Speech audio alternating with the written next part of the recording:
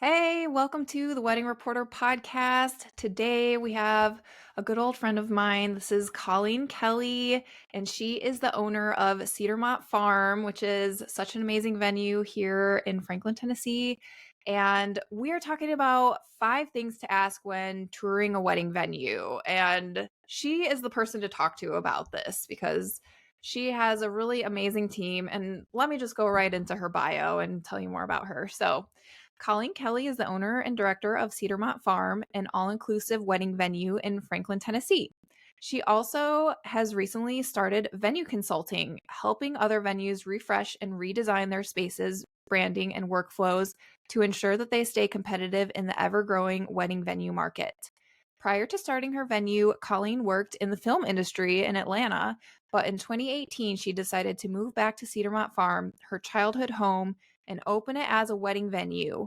One of her favorite parts of her job is creating beautiful spaces for people to celebrate, whether it's helping her clients pick out flowers in China or renovating the venue's cocktail hour area. The venue and planning team she has built is known for being one of the best in the industry, and their main goal is to make sure couples get to enjoy the fun parts and leave the stress behind during planning and on their wedding day itself.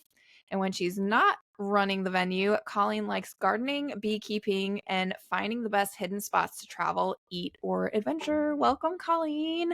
Thanks. Thanks for having me. It's fun. Yeah, of course. I love in your bio that you said that like your team is like one of the most professional and like just high end like teams around here in Yeah. Nashville, Tennessee. And I totally agree. I couldn't agree more. Like what you have built for your venue is truly amazing. And I literally watched you build it from the ground up. I feel like Wow. we met pretty early on Uh-huh. and you moving back to your family farm and just hearing your story and everything. And I was like, this is going to be awesome. Because I've had a lot of those meetings before and, they could go one way or the other. And, a lot of people don't really know what they're doing when they start a venue. And then it kind of all comes crashing down. But I was like, with your background in the film industry, like, and organizing things, it's like there's so much of your talent that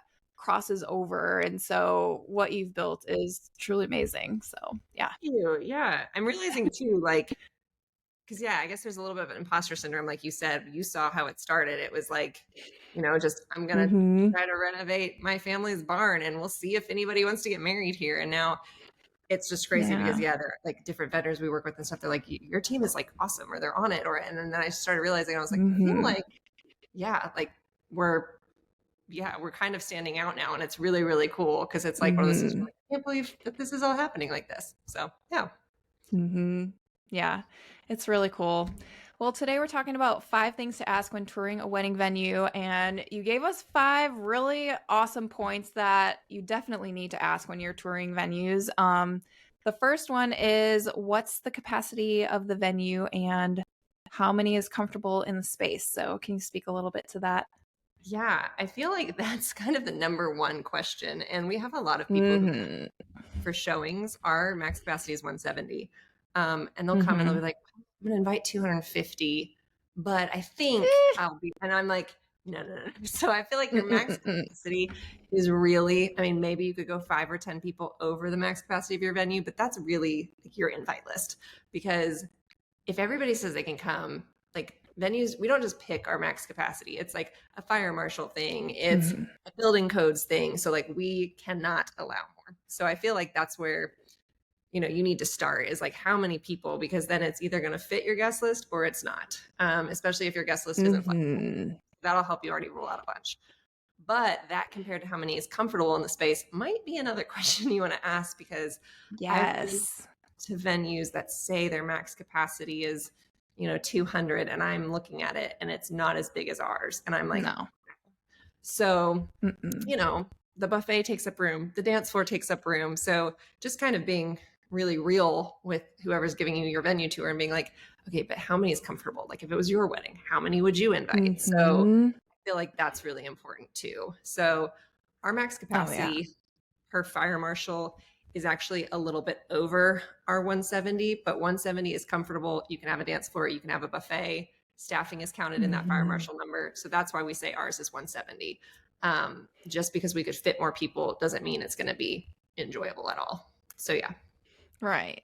That's Yeah. great. And yeah, I think I told you this right before we started recording. I was like, I feel like I have so much to say on this too, just working in rentals, because it's like, the bride and groom or, a couple would come to us and be like, okay, we want this many tables and everything. And then you're like looking at the venue and you've done stuff there before and you're like, not sure how that's going to work. There's going to be people sitting outside here. And so I think it's important too for venue owners to clarify that to the couples who are touring and be like, okay, if, you have already accounted for a dance floor in this and tables in this, and clarifying that. Otherwise, like you said, people can say 200, but there's stuff like sausages in there. And it's like, there's no dance floor. Maybe that is for more of like a reception, sort of like mingling style where there's just high boys and like not Yeah. actual seats for your guests. And so I think like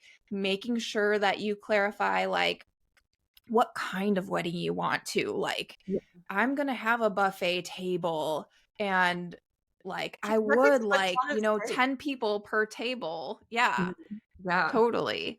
And so and kind of like getting those cuz all those numbers are so different too.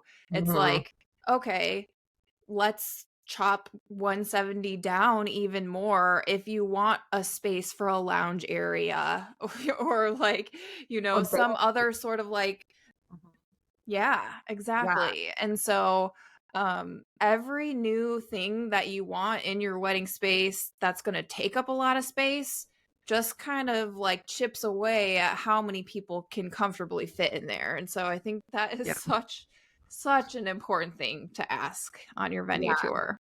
And I agree because yeah, lounge spaces Mm-hmm. plus, like I said, the bands. Like we now have just started saying, if you're having a band, you can't have over 150. I mean, I say Mm-hmm. this on showings because like I would love to get business, obviously, but I don't want you to book us, have 170. And then on that day, we're like, we can't fit a band, we Mm-hmm. can't fit a DJ. I don't want to do a dance floor flip. Mm-hmm. That's where like you literally take tables out so people can dance. People hate that because then they don't have anywhere to Mm-hmm. leave their purse. No. You're moving tables in the middle of Mm-hmm. it's just not a very good look. So yeah, I No. feel like all of those things. So yeah, it's always good to know. Like if you're like, I know I want a 360 photo booth. Okay, that takes up a ton of room. Then you need to ask your venue actually how many people you can Mm-hmm. fit with that, you know? Oh yeah, definitely. Because that could be like the size of one of your tables, and then it's like all of a sudden 10 people don't have a space to sit. So yeah, for sure. I think that's so important. Um, all right, what is the next one? We're talking about some additional costs, possibly. Yeah, so it's good to ask if there's any additional costs kind of not included in that rental fee. So we're all inclusive, and this question still applies, but even venues that it's just the space, um, some of them include tables and chairs, some of them don't. Um, for us, it's like we require wedding insurance. That isn't included in your cost because you don't buy that from us. Some venues That's I great. know require security, but you have to pay for it. We've just built it in. Operational or That's gratuity great. fees, sometimes that's added after the fact. Sales tax, that can be added. And like in our county, that's 9.75%. So that's a chunk. So just kind of asking like, Oh yeah. what other fees or hidden costs do I have to do? Obviously, you could add on a million things to our packages, but the ones that like we require you to have is like, yeah, the insurance, not the security, but really sales tax. Those are our only fees, but other venues have a lot more. It kind of just depends how they've built their packages, if that makes sense. Mm-hmm. Yeah, for sure. I think that's so important too. And even, with my background working in rentals, it really would depend on how the venue would manage, like Mm-hmm. decide to manage the rental companies too, because some of them it was like, you had to do a late night pickup for all of Mm-hmm. your stuff, no matter what. And that would be an additional $200 to $400 that is coming out of their pockets. And so I think it's important to ask those questions to your venue too. So then when you're going to the other vendors and they're like, well, this venue requires you to do X, Y, and Z, and that's an additional cost with us. It's great to just be crystal clear on all of that. So you know what you're getting into and you can follow your budget. It may not be to a T because a lot of people end up going over budget as usual, but like it's not just like an added like $5,000 to $10,000 cost or something. Like you're asking these questions in order to figure out, is this the right venue for me? Can my budget actually afford all these added costs along with it? So I think that's so important. Yeah. Like my cousin got married at a venue that didn't include ceremony chairs. It just included one set of chairs. She didn't know to ask that because like a lot of people, this is your first wedding. So it's very understandable that you would have no idea that wouldn't be included. So yeah, like we all carried our chairs from ceremony to reception. It was totally fine, but it's the kind of thing like little things. Hopefully venues are transparent.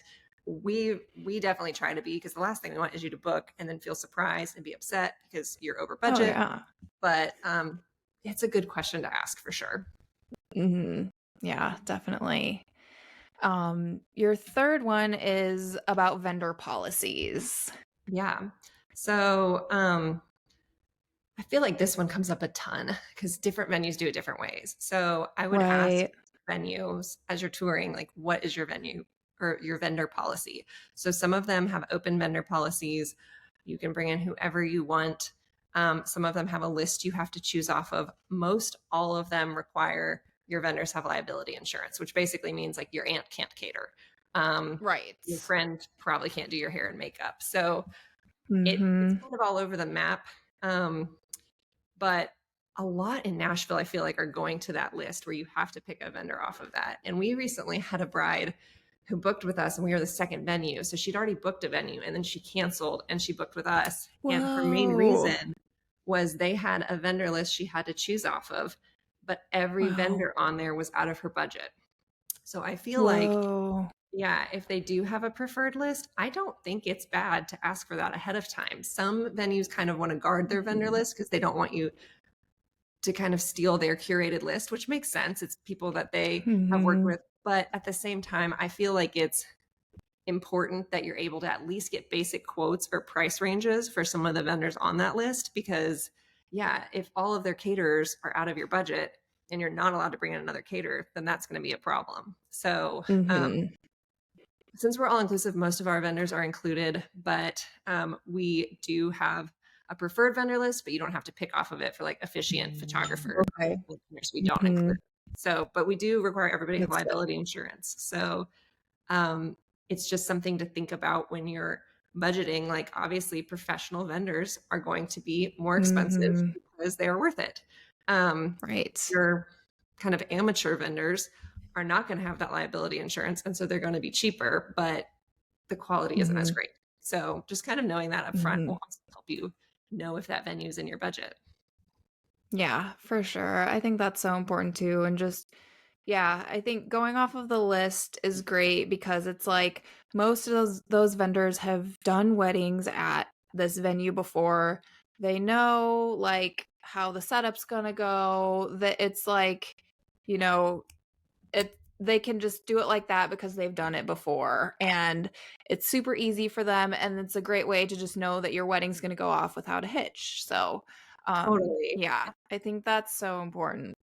Yeah. I want to go ahead. One more thing about that, like Ed, is photographers, I feel like on our list, like, I don't know, sometimes people think, oh, if we pick off their list, it's just people who paid to be on the list. No one pays to be on our list. And I don't know any venues who charge people to be on the list. Like you said, it's ones they've worked with forever. And so like photographers, it's really great because if you choose off our list, that photographer has been here. They know the best spots for the lighting. They know how our team works. The flow goes really smoother. So I obviously understand people maybe knowing who they want to photograph their wedding before they even get engaged. So totally fine. We let you bring in other ones. But it might be worth, if you have no idea who you want to photograph your wedding, going through our list. Because like you said, like those are just vendors that we've worked with time and time again. And we wouldn't have them on our list if we weren't sure of their work because it would reflect badly on us as well. Oh, yeah, definitely. That's so important. So if someone wants to go off of the list, do you or other venues that you've heard of like charge for that? Or is it just like frowned upon a little bit? Or like how does that all work if they're like, I have always wanted, like maybe their mom is a caterer in town, but she's Mhm. not on your list or something. I don't know. I'm just coming up Yeah. with some hypothetical situation, but like, how does that work? Yeah. So I feel like our all inclusives, um, basically we include catering, florist, and it has to be this person. Like if somebody's like, oh, I want, yeah, my Okay. mom's catering company to cater, we're like, we just don't do it. Other venues, I think, do a buyout. Yeah. So you can pay for it. Yeah. Okay. Yep. Gotcha. Okay. That is really good to know. Hmm. Yeah, and a very good question to ask when you are shopping around for venue. Sure. Okay, so let's talk about the next one. It's what am I responsible for when it comes to setup and cleanup? Yeah. So this is a good one to ask because again, venues do it all different ways. So, are you responsible for setting up the tables and chairs? Are you responsible for, getting rid of your trash? Some venues don't have a dumpster on site and they require that it be hauled off site, which hopefully your caterer would do. But, Wow. um, and then, are you supposed to be cleaning the venue, sweeping, wiping down tables, or are you just clearing, which means getting out, all of your stuff, and then they'll come in and like do a janitorial kind of clean. So I just feel like that's good to know. Some venues include like a kind of day of wedding coordinator to help you set up stuff and help break down stuff, but it's good to know like what extent is that happening? Like what is that person kind of helping clean up and that kind of thing. So yeah. Mhm. Yeah, I think that's so important because a lot of venue coordinators, it's like some of them are like full planners or partial planners for the day, but then others will just like open the door and let you have at it and Hmm.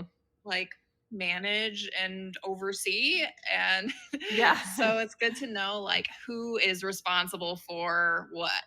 Yeah, for sure. And like, especially like working in rentals, like we would have couples that would be like, okay, we're not going to pay for breakdown, but then like our guys would come and nothing would be broken down. And Yeah. it's like, all right, well, then we would have to charge you for that because like no one did that. So Yeah. And it's stuff like, making sure, I think having good communication is so good between like your caterer, venue manager, rental company, and making sure who's taking the garbage out, where is the trash, like who's bussing tables, breaking mhm. things down.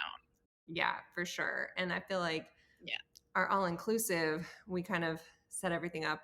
We break everything down. We're even like loading up whoever's car at the end of the night with, cards, gifts, any personal decor our brides brought. But for the most part, Amazing. you just show up and then you leave.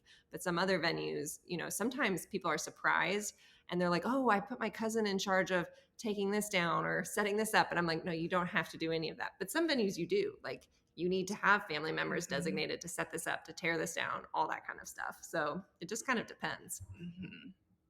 Yeah, for sure. I think that's great that you guys help out with that because I think it's one more thing off of their plate to figure out is an aunt doing this or whatever.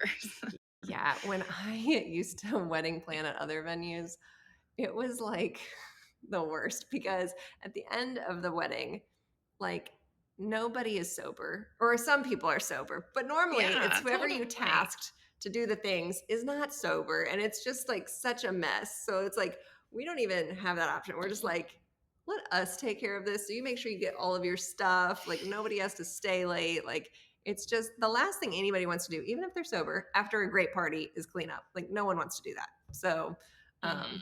it's nice to either make sure a different vendor is taking care of it or the venue's taking care of it just so you don't have to worry about it. Oh yeah, for sure. I think that's so important. And that's so good that you guys include that. Um, and then we have one last thing. It's about staffing. Yeah, and it kind of ties into what we were just talking about.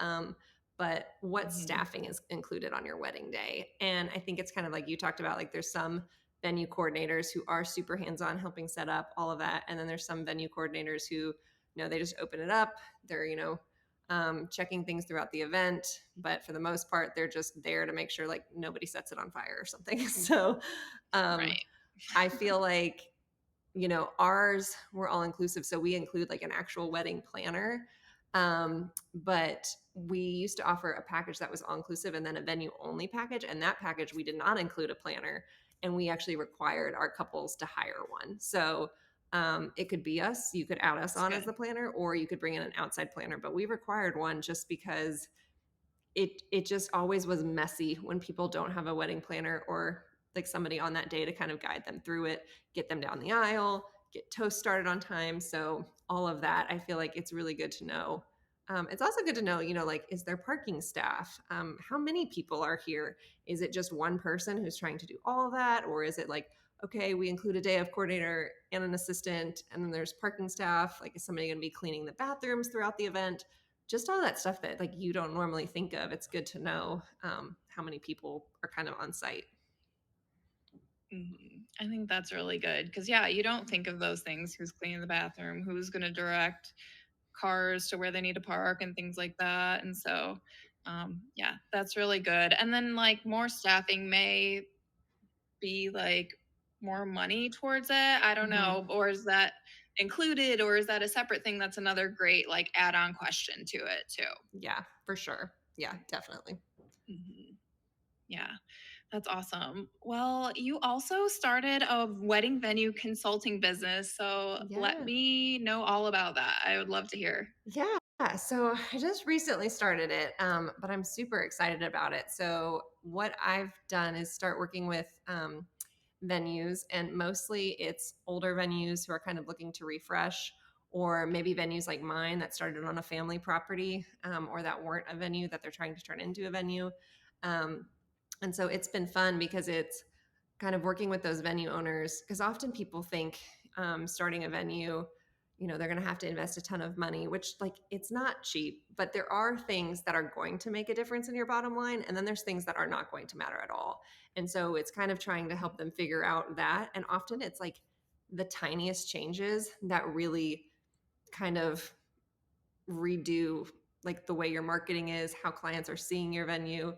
And a lot of these venues are older, so they're not kind of as trendy anymore. They're not doing what current brides like and things like that. So it's just helping them identify that. And again, it can be easy changes. So, like, for example, our own venue, we had our barn is 200 years old, and we had the just wood walls, and they were old and they were beautiful wood, but we've just noticed a trend towards light and bright and airy. And so we whitewashed the inside. Again, it wasn't Mhm. anything super crazy expensive. It didn't involve a huge renovation, just a simple whitewash. And it's been crazy how we've seen our bookings go up. It's also the quality of the Wow. photographs we're getting, even if they don't have the wall in it, the way the wall bounces off light around the space. So just little tweaks, like even like the bathroom products venues are using in their bathrooms, like you can make it nicer by just doing different soap. It's great. Or like helping a barn that's kind of rustic go more like farm to table flower vibes by just doing some different things. That's Um, so mostly I focus on the design of it because I did go to SCAD. So I went to art and design school. So I'm amazing. focusing on that a little bit, but nothing, no huge renovations or like a whole interior design, just like, hey, maybe do this couch in your Right. bridal suite. Um, but I'm also working with them too on just like their branding and what clients are you trying to get in here? Is your website speaking to that? You should change this copy. So again, nothing huge, but just little tweaks that will really, really help them bring in new clients, because so many new venues are being built. It's getting so competitive. So just kind of ways to stand out, I Mhm. guess, like among the crowd. Yeah, for sure. I think that is such an important service that you're offering. And like, I think a lot of venues, like, you know, like you said, there is competition out there, and it's like, how can we kind of get back into the game? And so, like, doing those little things, and they may not know what those little things are. And so, talking with you, who has a successful business and a team who, has lots of weddings booked out, I think is really important. And so, it should be really cool to chat with you and to just like see everything that you can do to transform the space and just see the bookings go up and things like that. Yeah, yeah, it's been really fun. So I just go to their venues, kind of get them like a proposal, and then actually working with them through it has been really cool because I feel like it used to be if you had a barn, you just like hung a chandelier in it and people just wanted to get married in it. But like that's not the case anymore. So it's there, and there's so many of those venues, and how to shift, or like old historic home venues. And again, like, yeah, there's just so many new venues with huge budgets being built that you've got to do something to kind of be competitive. Yeah, for sure. So if someone wants to hire you for this, where can they find you? Yeah, so they can go to my website, Cedarmont Farm, for the venue and contact me through there. Or I have a separate website for this side of the business, and it's www.colleenmichellekelly.com. Michelle only has one L in it. So my parents Okay. misspelled my middle name. No, that's a Awesome. joke. Yeah. Nice. That's awesome. Okay, so we'll link all of that in the show notes. Definitely check out Cedarmont Farm. Definitely check out all of Colleen's consulting if you own a venue. And thank you so much for chatting with Yeah. us It today. was I'm so so excited great. to just share this with everybody. Yeah, me too. So thank you so much. All right. Yeah, have a good one. Thanks for tuning in to the Wedding Reporter podcast. I hope you learned a little bit and had fun today. To find more resources and podcast episodes, visit NashvilleBrideGuide.com for more information. And as always, click the subscribe button and leave us a review. Until next time, I'm Alyssa DeChico, signing off.